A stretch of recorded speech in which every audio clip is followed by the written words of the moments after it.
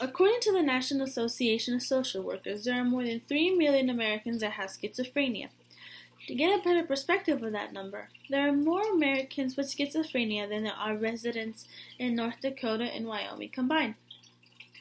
Now, taking into perspective of what schizophrenia is and how it impacts a person's life gives away the answer on why the number of patients is so high.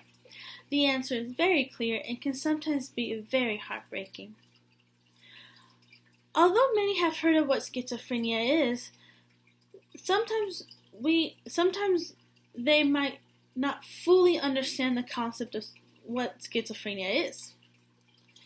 Whenever schizophrenia is mentioned to a person, their mind instantly goes and judges the person as insane, crazy, or out of their mind. But according to Mayo Clinic, schizophrenia is actually a serious mental disorder in which a person interprets reality abnormally. Mayo Clinic also describes that people with schizophrenia might experience symptoms such as extreme delusions, hallucinations, abnormal motor behavior, and negative symptoms such as lack of hygiene and lack of emotion. Out of all of those symptoms, the most common one is delusion, where the person with schizophrenia has false beliefs that are not based in reality. And the second most common one is hallucinations, where the person is seeing or even hearing something that doesn't exist. And although this is a very dangerous mental disorder, according to Mayo Clinic, a cause for it has not been found. But schizophrenia has been found to be related to genetics, abnormal brain chemistry, and the environment surrounding the person with schizophrenia. When a doctor is trying to confirm whether a person has or does not have schizophrenia, they use a variety of methods.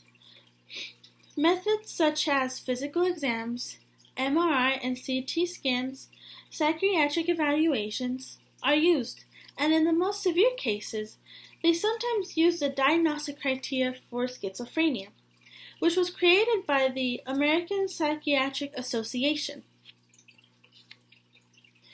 Now, schizophrenia is at fault for affecting not only the mental order of a person, but the physical appearance.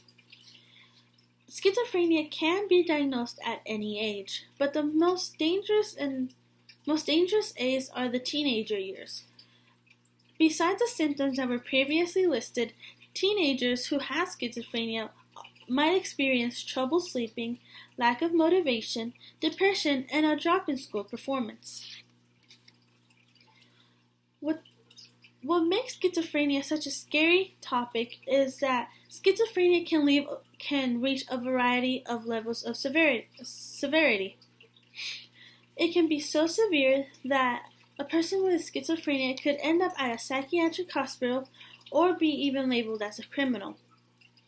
But we have to take into perspective that people with schizophrenia don't fully understand that what they have is not common, and they sometimes lack the capacity of telling what is good and what is bad. Now, in the worst case scenarios of schizophrenia, there's the topic of suicide.